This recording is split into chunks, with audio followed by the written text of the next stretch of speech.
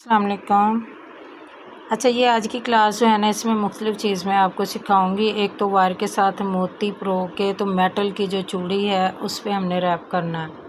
ठीक है, इसमें आप बड़े छोटे, ये मैंने 8 और 6 नंबर के मोती लिए हैं। ये ब्रीक रैपिंग वायर है, ये मेटल की मुख्तलिफ़ कलर्स में मिल जाती है।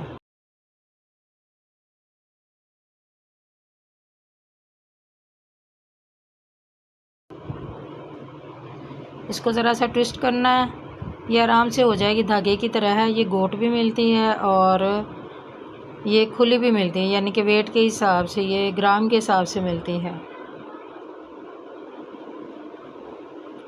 जस्ट तार को आपने रैप करना है और मोती चूड़ी के अंदर जो गैप है ना, उसमें आपने अटैच करते जाना है। इसकी जगह आप कुंदन, मिरर, बटन कुछ भी आप कर सकती हैं। गोटे की तार है, मोती की कोई लड़ी है, उसको भी आप रैप कर सकती हैं।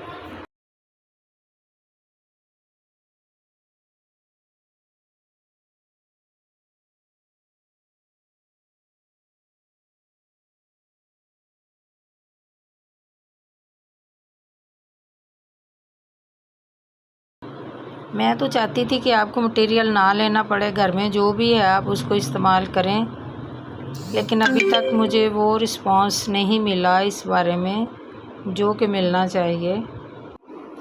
हाँ जी, ये इसमें मैंने अब 8 नंबर का मोती लिया है। ये 2-4 मैं उसमें ये परो दूँगी। तार के अंदर परोने के बाद इसको ट्विस्ट करना है बैंगल के साथ। जी, ये इसी तरह देखिए, ये मैंने पूरे इसमें पर्ल्स परो दिए हैं और ये हमारी चूड़ी जो है ना कंप्लीट हो गई है। अच्छा, ये पिछली क्लास में मैंने आपको ये बाली दिखाई थी, उस जस्ट गोटे की रैप की हुई, उसको ये मैं एयर रिंग जो है ना हुक लगाना आपको बताऊंगी।